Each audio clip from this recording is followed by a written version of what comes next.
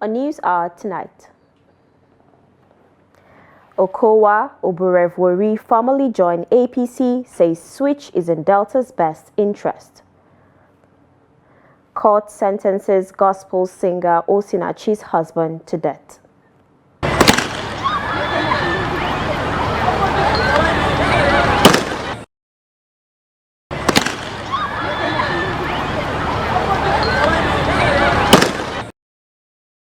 Adamawa police students protest inadequate water power supply on campus. And on the foreign scene, death toll in Iran's explosion hits 65. Hello and welcome to News Hour on Trust TV. I am Dorcas Yakubuzala.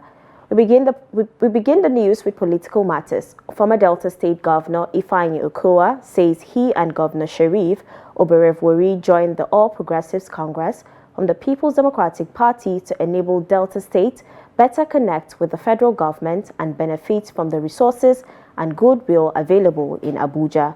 Speaking at a ceremony held at the Cenotaph in Asaba on Monday, where they were formally received into the APC, Okowa said the decision was taken in the best interest of Delta State and its people. He described the decision as bold, strategic, patriotic, and well-intentioned. He urged party members to unite and work together, saying the defection would strengthen the APC in Delta. Oborevwori, Okowa, and all members of the People's Democratic Party in Delta State announced their defection to the APC last week. The one thing is very important. In the history of a people, there is always a time to change their path for the common good of the people. And whatever decision that we took was based on that common good and the need to change our path in the best interest of our state. As I did tell people that day, it was not about me, it was not about the governor, but the fact that there is a need for us to connect to Abuja. That goodwill that is in Abuja, that resource that is in Abuja, of which Delta State is a large contributor. There was a need to connect to it. I was governor for 8 years. I was in opposition. I did my best, but we lost a lot.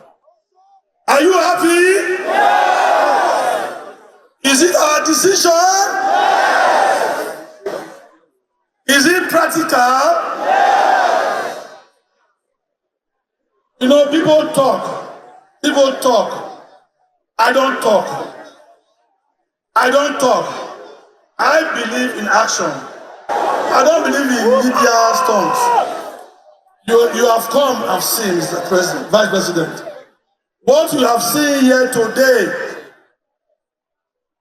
is a movement. It's not a defection. It's a movement. We have done consultation with the National Assembly, with leadership, with stakeholders at the state level, at the secretarial level, at the local government level, at the ward level. And we all decided that we must all join. We are not Bobona. Are you Bobona? Accepting, welcoming, and also embracing the governor and the people of Delta State into our great party, the APC.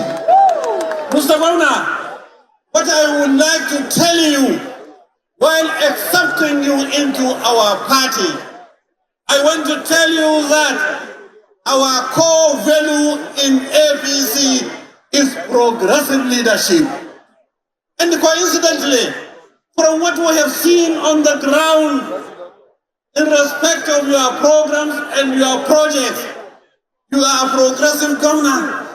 So while welcoming you for coming home, you have rediscovered your root. So APC, you are home. We thank you for that. APC, we believe in progressive ideas.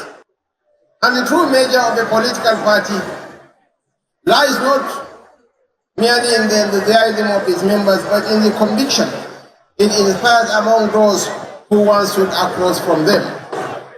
This vindication is even more fundamental when those who once saw us as outsiders and opponents hold the lines of difference to become part of the enduring family we have built.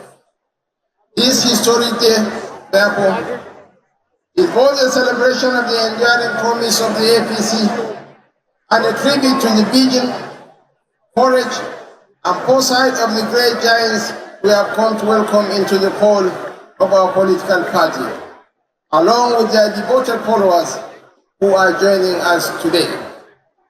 I want to pay special tribute to Senator Ifeanyi Okowa for the wonderful relationship that exists between him and his successor. Your Excellency, you are indeed a great leader. And Your Excellency, for embracing him, for treating him with respect and decorum. Meanwhile, amid a growing wave of defections weakening its ranks, the People's Democratic Party, PDP, has scheduled an emergency National Working Committee meeting for Tuesday to address the crisis. The latest blow came from Delta State, where former vice presidential candidate Ifeanyi Okowa, Governor Sheriff Oberevwori, Deputy Governor Monday Onyema, commissioners and local government officials defected to the All Progressives Congress, APC, effectively collapsing the PDP structure in one of its key strongholds. The defections have intensified concerns within the PDP about a drift toward a one-party state. The party is grappling with internal strife, weakened zonal structures, and ongoing leadership disputes, including a rift over the national secretary position. The most recent high-profile exit was that of five-term federal lawmaker Oluwole Oke from Osun State. With more defections looming, party leaders fear being at a serious disadvantage ahead of the 2027 general election. Still talking politics, former Kaduna State Governor Nasir Ahmed El-Rufai has said his political moves have always been guided by loyalty to Nigeria, not to individuals or political parties. Speaking during a visit to Kano, where he met with the Emir of Kano, Muhammadu Sanusi II, and Social Democratic Party leaders, El-Rufai said he joined the SDP to help build a credible political alternative free from the godfatherism and dysfunction he said had ruined the All Progressives Congress and the People's Democratic Party, PDP. El-Rufai dismissed claims that he was motivated by personal frustration after being sidelined, stressing that he had nothing left to prove politically. The former governor, who once championed a southern power shift, said Nigeria's current challenges demand leadership based on competence rather than geography. On the factions to the ruling APC, El-Rufai said the SDP remained focused on grassroots mobilization rather than courting political bigwigs. He dismissed perceptions that the SDP movement was regional, saying coalition efforts were ongoing nationwide.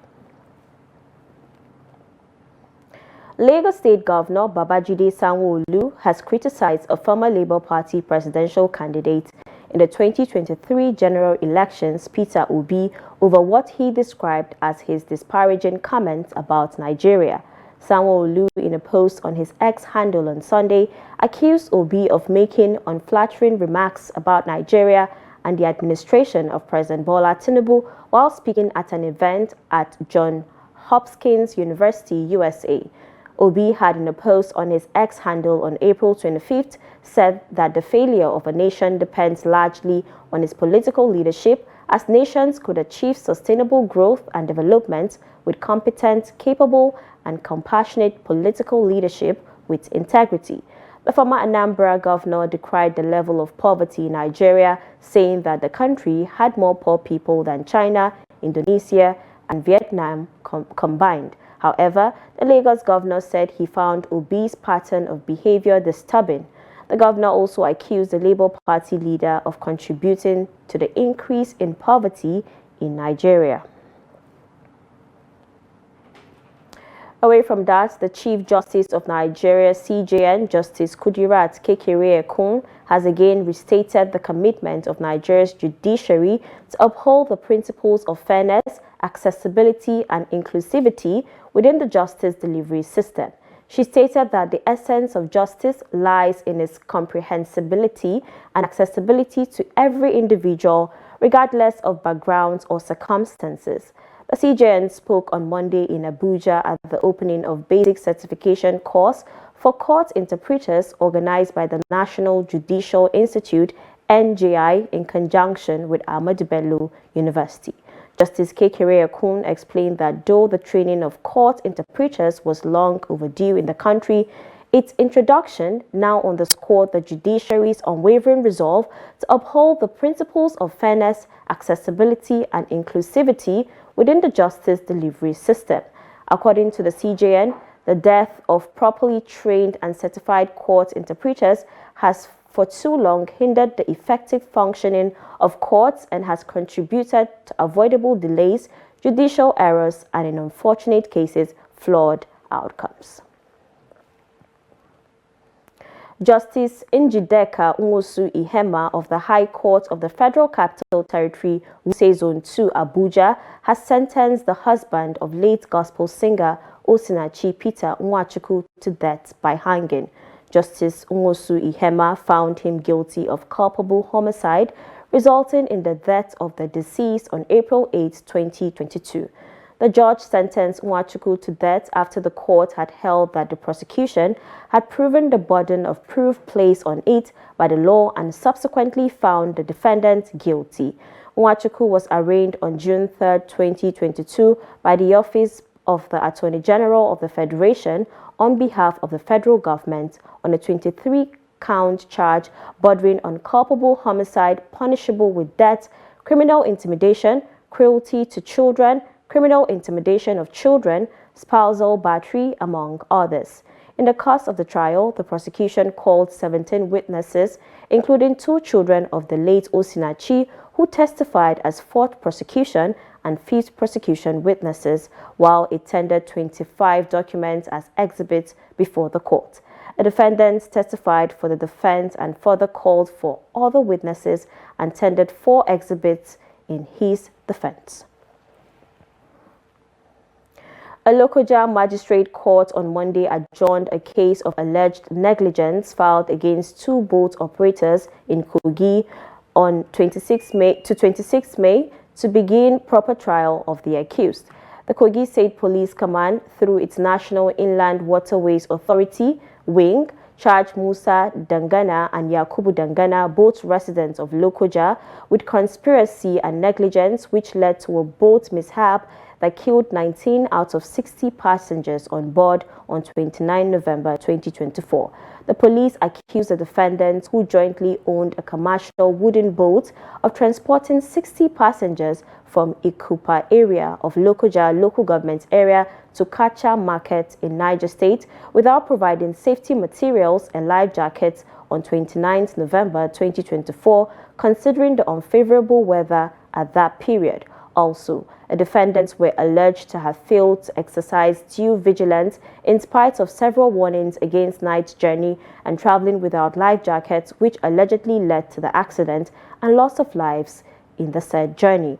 The accused pleaded not guilty to the charges.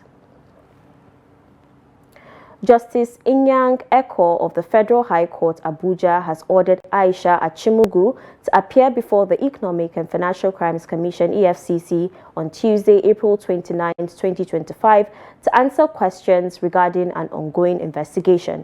The judge also directed that she must appear before the court on Wednesday, April 30, 2025.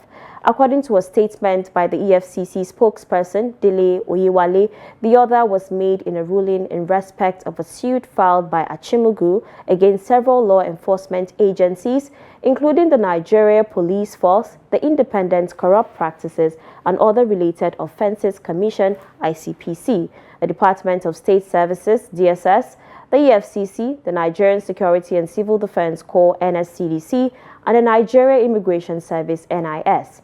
In its response to Achimugu's application, EFCC's counsel, Ekele Ohenacho, informed the court of a counter-affidavit deposed to by one of its investigators, Chris Odofin, outlining the circumstances leading to her invitation.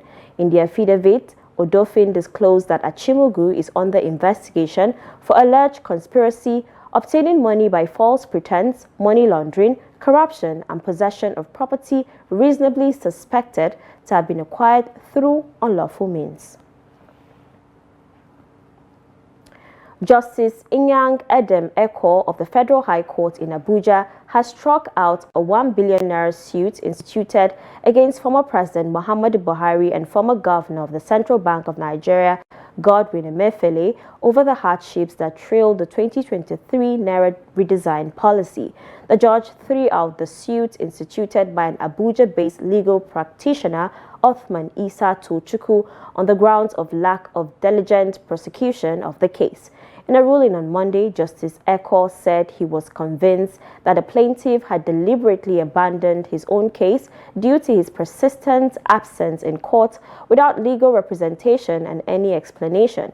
The plaintiff had dragged the former president, Attorney General of the Federation, former governor of the CBN, and 2 commercial banks before the court, claiming that they inflicted series of hardships on him during the redesign of the Naira. The suit filed on his behalf by his counsel, Bala Dakum, the plaintiff alleged that his fundamental rights to freedom of movement and dignity of his person were violently breached. In other news, despite regulatory efforts and the growing availability of fintech solutions, a significant portion of the Nigerian population continues to favor cash for transactions, savings, and business dealings. This preference for physical currency is not a recent phenomenon, but rather a deeply ingrained behavioral norm within both the formal and informal sectors of the Nigerian economy. While digital platforms has expanded rapidly, fueled by increased mobile penetration and technology adoption, many Nigerians still perceive physical cash as more trustworthy, faster, and ultimately more reliable. Victoria Tokolo spoke with residents in Lagos to understand this enduring preference. Her report is presented from our studio. Day by day, even as inflation intensifies and banking services expand, Nigerians are increasingly reverting to the tangible security of hard currency. This inclination towards cash is being amplified by prevailing macroeconomic pressures. According to the National Bureau of Statistics, Nigerian inflation rate surged to 24.23% in March, a notable increase from February 2025, 23.18%. On a month-on-month basis, inflation nearly doubles, jumping to 3.90% from 2.04% in preceding month. This inflationary surge compels both households and businesses to maintain more liquid cash reserves. With unpredictable price fluctuations and often unreliable access to cashless payment options, physical currency offers a swifter and more dependable means of securing essential goods and services. For low-income Nigerians living hand-to-mouth, holding Naira note is not merely a choice, but a fundamental necessity. I know that if they won't buy market from my hand now, I like them give me cash because I'm going market on tomorrow. But I like say then give me cash, then transfer to my bank. Now 2 of them I like. But some people then go do transfer fake. I prefer cash in the bank. Why? Because most of the time, people don't really go to bank now. And most of the people don't really like keeping their money within themselves. Because most of the people now, instead of going to buy, some can even dig their money inside hole to keep it. So that whenever they need their money, they get it in time. To me, I prefer bank. I prefer transfer than cash. But it depends on the nature of your work. Yes, depends on the nature of your work. At times now, like all those women, they prefer cash. All those women, they don't know how to operate their phones or all these mobile apps. They they don't know anything about it. So they prefer cash. So that's why I said depend on the nature of what you are doing. Okay, I have a number of mobile apps in my phone. I just prefer to go to anywhere and just buy whatever I want to buy and do a transfer and all that. And most time, whenever I have cash with me, I can't really ascertain what I do with the money or account for how I spend the money. So I prefer transfer more than cash. Okay. Cash offers immediacy, tangible visibility, and a sense of finality in transactions. In contrast, digital payments often feel abstract, potentially vulnerable, and dependent on systems that can be unreliable. With soaring inflation, lingering distrust in digital tools, and a vast informal sector that remains largely unreserved, Nigerians are pragmatically choosing the security of the familiar. You're watching News Hour on Trust TV. Coming up ahead. Folio, which we farm in large quantity, that you have signed His Excellency to do your work. I can sign Your Excellency ensuring that Koi Indigenes restate commitment to cultural preservation at 2025 festival. This and many more when we return. Do stay with us. Welcome back from the break. In case you're just joining us, this is News Hour on Trust TV. Let's take a look at our top stories again. Okowa Oburevwori formally joined APC, says switch is in Delta's best interest. Court sentences gospel singer Osinachi's husband to death. Now moving on to more stories, students at Adamawa State Polytechnic in Yola have staged a protest to draw attention to issues of inadequate water and power supply on campus. According to Trust TV's Gibson Sowadigo, the demonstration began as a peaceful gathering but escalated into a confrontation with the Nigerian police. The report.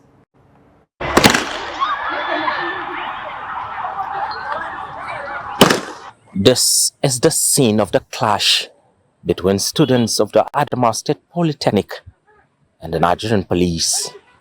What started as a peaceful protest turned violent, with police and students exchanging tear gas and stones. The aggrieved students secured all school gates, restricting access to reporters and others wishing to enter the campus to discuss the situation with school authorities. They are advocating for prompt government intervention to restore reliable water and electricity across the campus. This incident that happened, so there's no class, there's no anything. The students are shouting because there's no water and there's NEPA for reading in the night, normal student activities. So please, we are calling the school management, let them look into it so that we can come like us. We stay close by here, we can come and read in the night and make some study.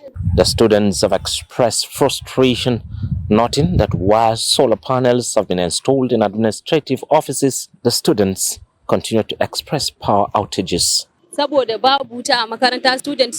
She said, "We are not happy with what is happening in our school, particularly the issue with water and power supply. Do you know how frustrating it is for students in higher institutions to go out of the campus fetching water?" In a telephone interview, the rector of the Polytechnic, N1bn, expressed dismay over the attitude of the students and resolved to close down the institution for 1 week. The situation now, since the students are not patient, we tell them to go for 1 week, so that by then we will be set for everything and call them back. This marks the third time in 2 months the students have voiced their concerns regarding these critical issues. Gibson Soadigo, Trust TV News, Yola.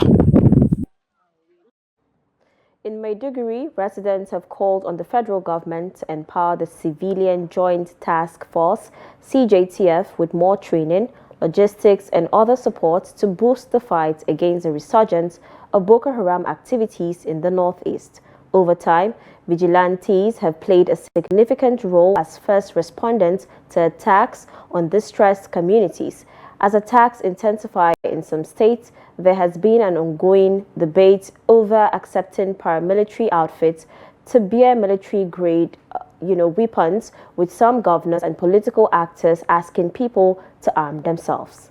Trust TV's Beatrice Kurutsi has more.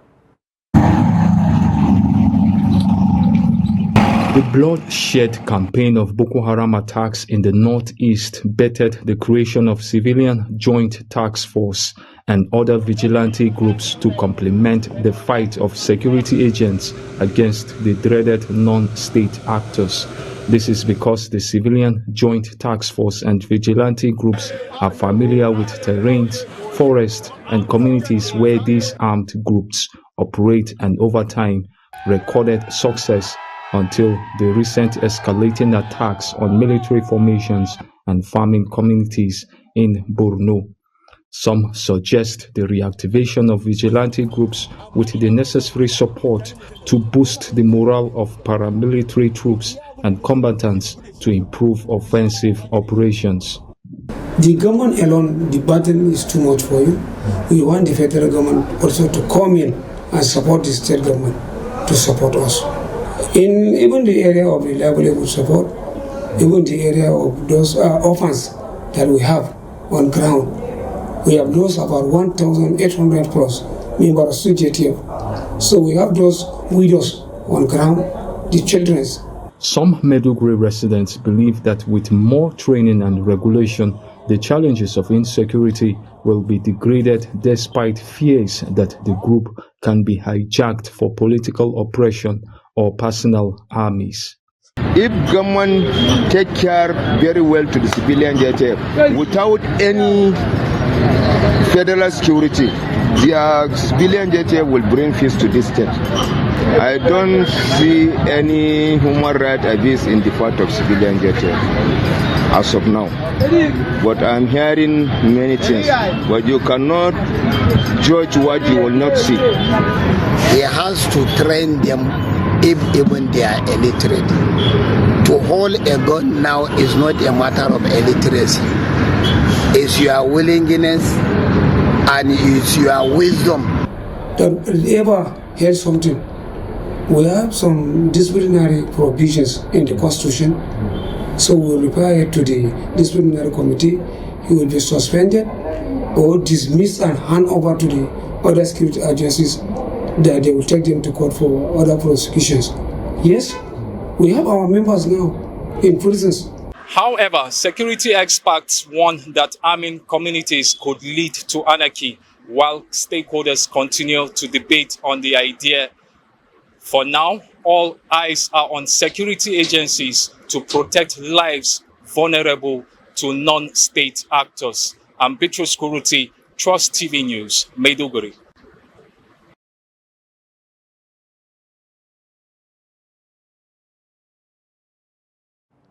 Now, beyond fostering unity, culture serves as a distinct mark of a tribe, ethnic group, or nation. However, the increasing influence of modernity poses a threat to African cultures, particularly in Nigeria. Undeterred by these challenges, the Han people are resolute in preserving their cultural heritage for future generations and showcasing its richness to the world. Cultural celebrations like Tukham in Kwai Jaba local government area of Kaduna State are key to achieving this. Trust TV's Bella Musa reports. The ancient city of Koi came alive with a vibrant cultural celebration, a powerful reminder to its inhabitants of their ancestral norms and values. Fonio, which we farm in large quantity, that you allow His Excellency to do your work. I can sign the Excellency ensuring that the Tukham Festival stands as a unifying force for the sons and daughters of Hamland, drawing attendees from across the globe. On a day like this, we meet with people from different places to enable us get to know one another better. The day of the tradition, we come to celebrate our Hamdi, to celebrate our tradition today, whereby the name of the tradition is Tisebo. Yeah. feel as to jump, I feel as to dance, I feel as to do whatsoever, because the day is a D-Day for us. We were born to see our parents celebrating the day, although it was disrupted due to several reasons. But we are, however, trying to revive it now.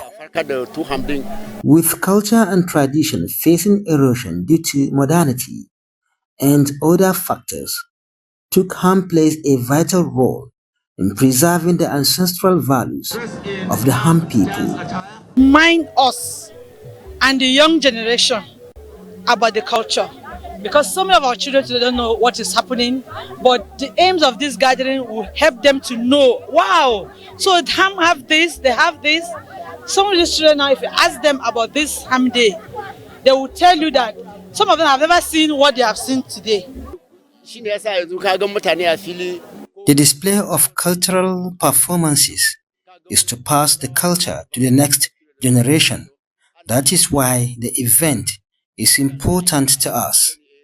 While the celebration offered a colorful display of cultural heritage, the predominantly farming community of Hamland reported that ginger scarcity has negatively impacted their economy and consequently the scale of the festivities. Really, the issue of ginger, previous years, Ham people have enough ginger and have enough money buying cars, building houses and doing whatsoever. But the issue of this disease really affects the Ham people, not smallly. It affects the Ham people seriously. Presently, we are trying to recover, but up to now, there is no way. This is not just in Nigeria, but in West Africa. In Hamland, we're all equals. Those with special needs.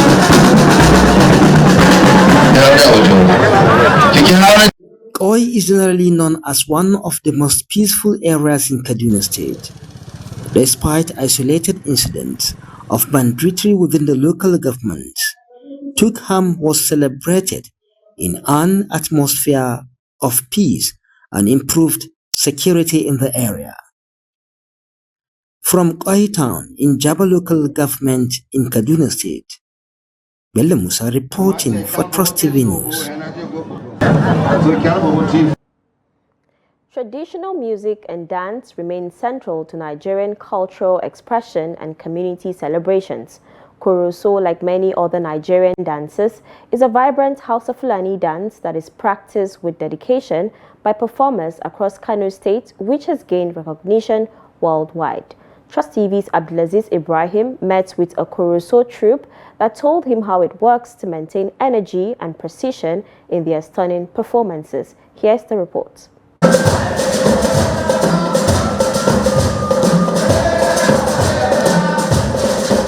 Traditional music, dance, storytelling, acrobatics, and other traditional performances have always been part of Nigerians.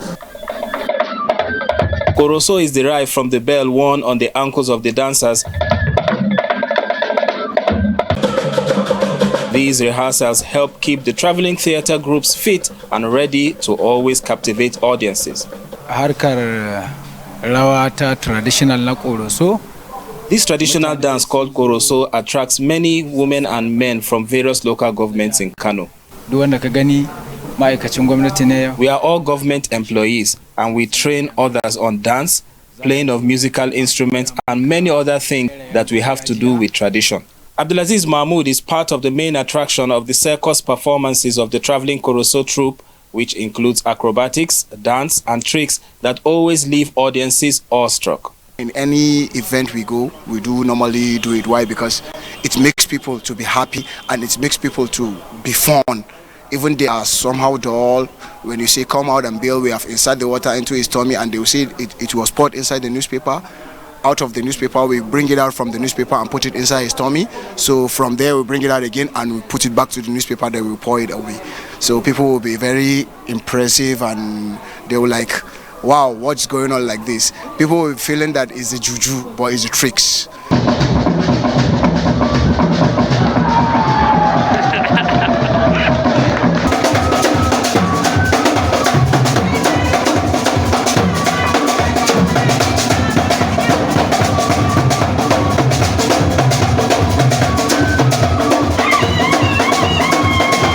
cultural assistant at the Kano History and Culture Bureau, Jummai Abdurazak, says these dances are not just about entertainment, but represent a community and culture that has become loved the world over. You know, Koroso dance, white people, they love Fulani culture. They love Hausa culture so much. So you know, where they took care of us, they were happy, and they liked the dances and everything. They like it so much.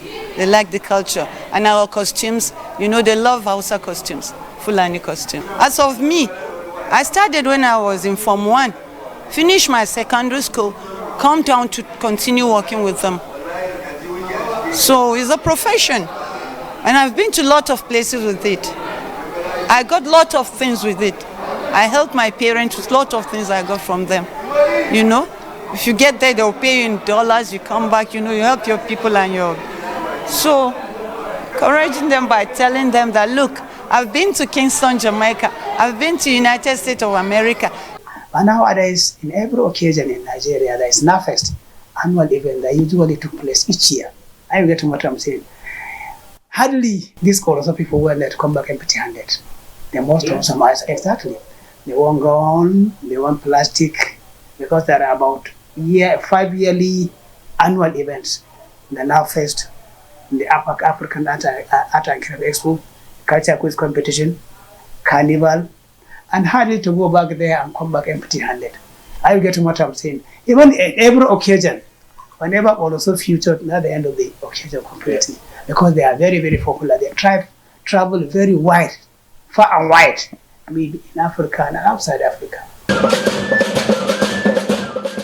Koroso continues to inspire pride and preserves heritage, captivating audiences while celebrating the rich culture of northern Nigeria.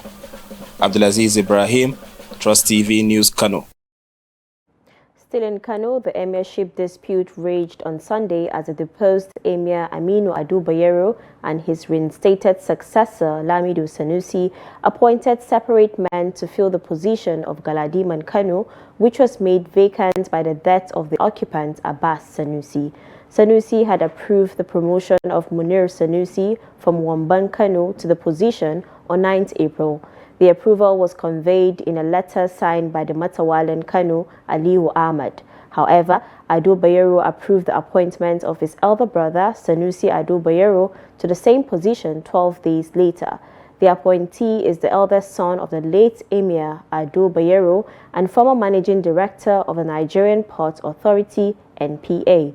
His appointment was conveyed in a letter dated 21st April and signed by his senior administrative officer, Awaisu Sanusi, who said the appointment was approved at a meeting presided over by Ado Bayero. In Jigawa State, the governor, Malam Umar A. Namadi, has approved the appointment of the emirs of Kazauri, Najib Hussaini Adamu, as the Amiral Hajj and leader of the state delegation for the 2025 Hajj exercise. This was announced in a statement signed by the secretary to the government of Jigawa State, Bala Ibrahim. The governor also approved the appointment of other individuals as members of the Amiral Hajj team. They include Yusuf Abdurrahman, Chief Imam of Hadija Emirate, Lawan Ya Uroni, Talban Kazaure, Mahmoud Yunusa, Sa'in Dutse, and Adamu Dauda Zakar, Durbin Hadija. According to the statement, the appointments were made in recognition of the appointees' records of hard work, commitment, patriotism, trustworthiness, and piety. While congratulating the new appointees, the SSG urges them to uphold these virtues as they carry out their duties, emphasizing the trust reposed in them by the government and people of Jigawa State. A measles outbreak at Ungwan Kanawa community in Zaria local government area of Kaduna State has claimed 2 lives with 20 others affected. According to health experts, the outbreak is attributed to years of parents' refusal to immunize their children. Following the incident, the Kaduna State government, UNICEF, and WHO are working to strengthen disease surveillance and launch emergency revaccination campaigns in Zaria and environs. Describing the measles outbreak as a humanitarian emergency, the UNICEF Chief of Field Office in Kaduna warned that vaccine shortages were compounding efforts to halt the spread. She, however, emphasized the need for predictable vaccination supplies to prevent further loss of life.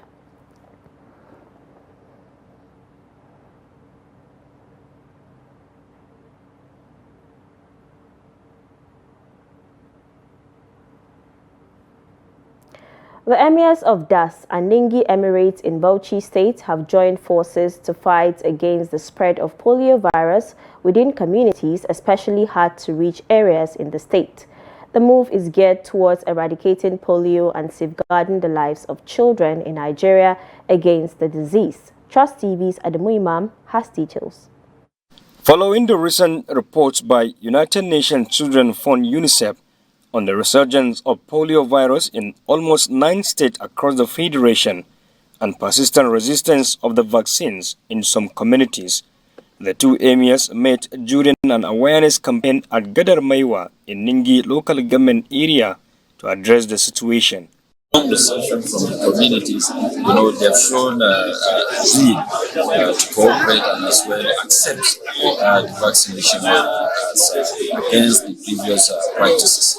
So we are together, all the malams, the imams, the kalajis, all are here. The people of the community are here with us. You can see all across the men and women of this community happily celebrating this activity.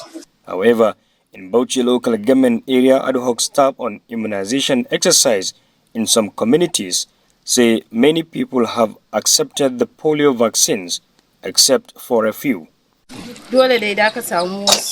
Honestly, we don't have problems with accepting polio vaccine here. To the best of my knowledge, there is no cause for alarm as long as the intention to immunize our children. We have seen different diseases in the past which are being tackled through vaccination. So I advise our people to accept it and move forward. No matter what we do or say, some will agree to immunize their children while others will resist.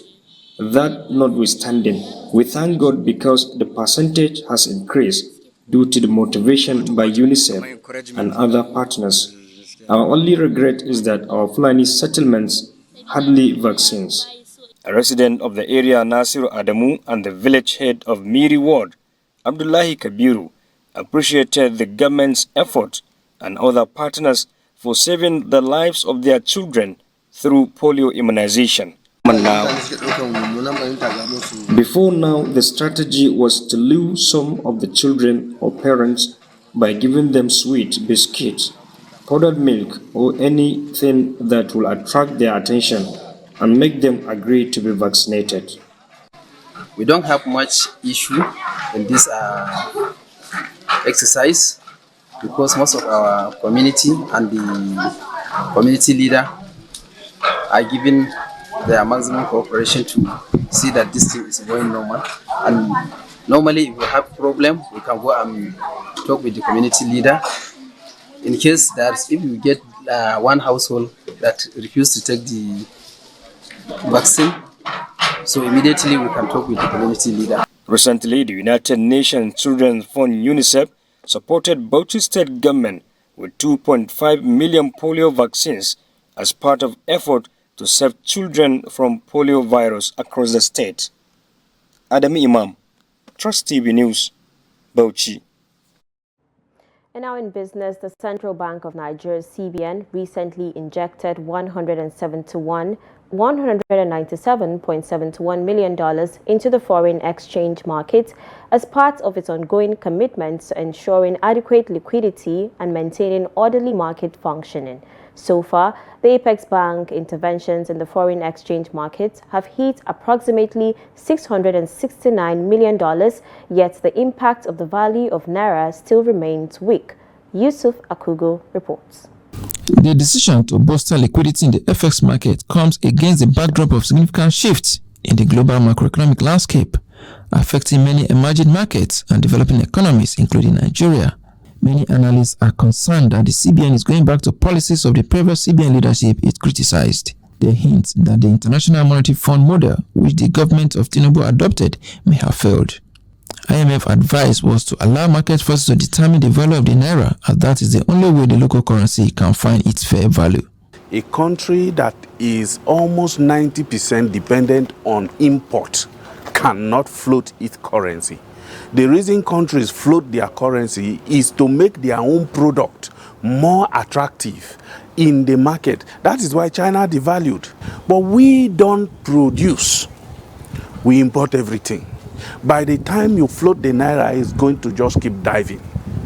And that is what has been happening. And now at a certain point, the government started mitigating it. The same thing you say you didn't want to do, you are now doing it, spending more money now that your citizens are suffering the rising cost. BDC operators are blaming some Nigerians for their strong appetite for consumption of foreign goods for the volatile nature of the FX market. They are, however, calling on the current CBN leadership to follow through policies and programs it initiated upon resumption of office. Let there be a consistent government policy towards FX. There are a lot of changes. The depreciation has been going on for a very long time on a very high margin. But it will be fair if for now we can say Naira should be 500 to $1. This is not something that can just be done in a day, because the basic things has to be addressed. Some analysts are dancing around the elephant in the room, but this analyst is making bold claims. He believes that the stability of the Naira cannot be guaranteed until government reverses the twin policy of subsidy removal and Naira devaluation, which has affected all sectors of the economy. Now let's talk about staple food that you eat now. Let's talk about your clothing. You know, I'm not sure you can buy any reasonable clothes for 5,000 naira in the market anymore. So it has permeated all spheres of our life already. It is very much responsible for the inflation that you are seeing. Economists say the pressure on the naira may persist in the short term as the country continues to grapple with low oil production levels, reduced foreign inflows, and strong dollar demand, especially from businesses settling obligation incurred during Easter break. As for market watchers, they are keenly observing the impact of the CBN's recent reforms, which are designed to stabilize the currency in the medium to long term. Yusuf Akogun, Trust Television News, Abuja. The Central Bank of Nigeria's CBN has announced a significant review of the documentation requirements for transactions conducted through the Pan-African Payment and Settlement System, PAPS, in Nigeria. The initiative is part of CBN's ongoing commitment to foster seamless intra-African trade, financial inclusion, and operational efficiency for Nigerians engaging in cross-border payments within Africa. In a circular dated April 28, 2025, CBN introduced simplified documentation for low-value PAPS transactions, allowing individuals and corporates to use basic KYC and AML documents for transactions up to $2,000 and $5,000 respectively. Higher value transactions will still require full documentation as outlined in the CBN Foreign Exchange Manual. The CBN also stated that authorized dealer banks, ADBs, can now source foreign exchange for PAPS settlements directly from the Nigerian foreign exchange market without relying on the CBN. Additionally, export proceeds repatriated via PAPS must be certified by the processing banks. The Apex Bank urged all banks, exporters, importers, and individuals to familiarize themselves with the new guidelines and leverage PAPS for seamless cross-border transactions across Africa. The price of 50 kilograms of rice has reduced by 27% to 58,000 naira from 80,000 naira in some remote areas of Nigeria. This is according to S&P Global's recent report on the commodity. The report said that the West African rice market has slumped to a near two-year low as supplies flood regional markets following India's removal of export duties on parboiled rice. The reduction in the price of rice was attributed to the influx of the commodity to Nigeria's neighboring Benin Republic. Particularly, the report said the influx of lower-priced rice from India has filled warehouses to capacity in Benin Republic, resulting in a drastic drop in price.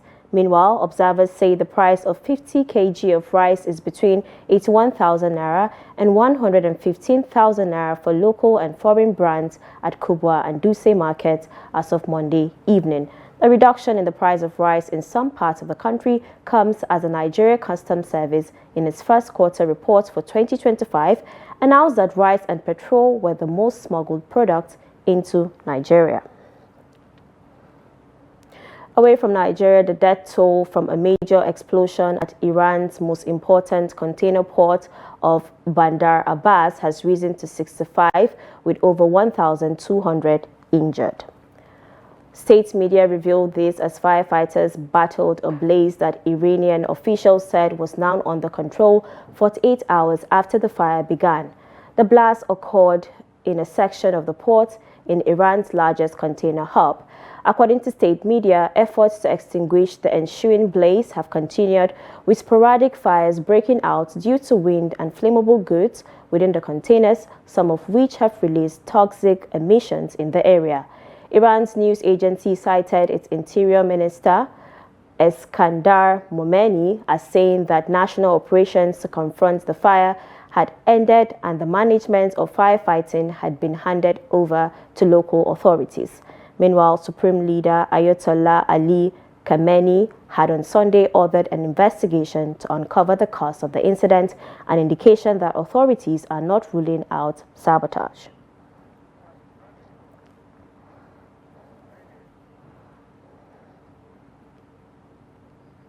It's now time for sports updates with Kabir Lawal.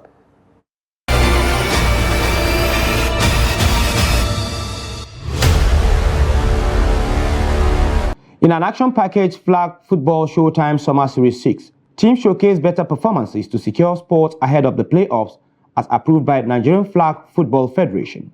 Panther Sports put on a clinic with a dominant 52-0 win over off SNZ Athletics.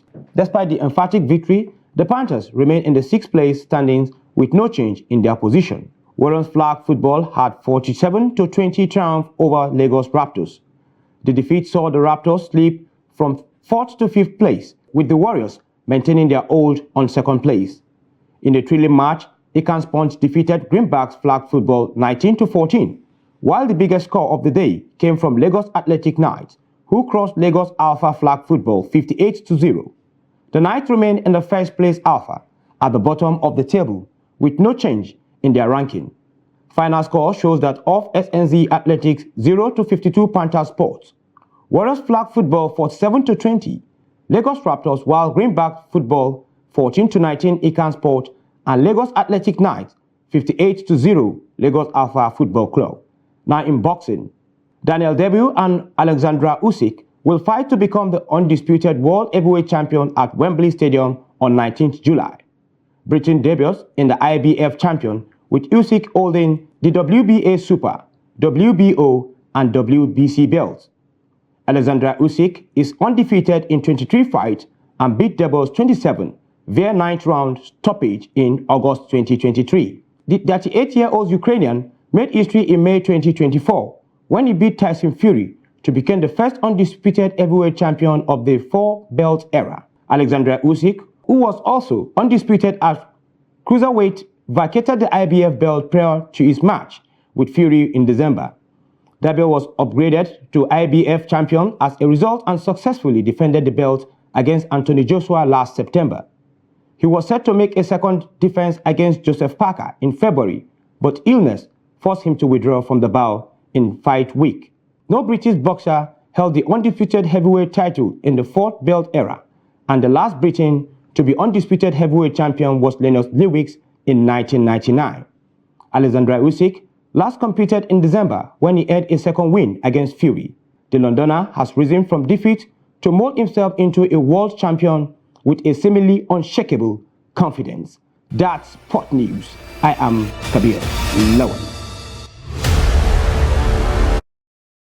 And with that, we wrap up News Hour on Trust TV. Do not forget to follow us across all our social media platforms and join our YouTube live stream for more programs, news, and documentaries. My name is Dorcas Yakubuzala. Goodbye.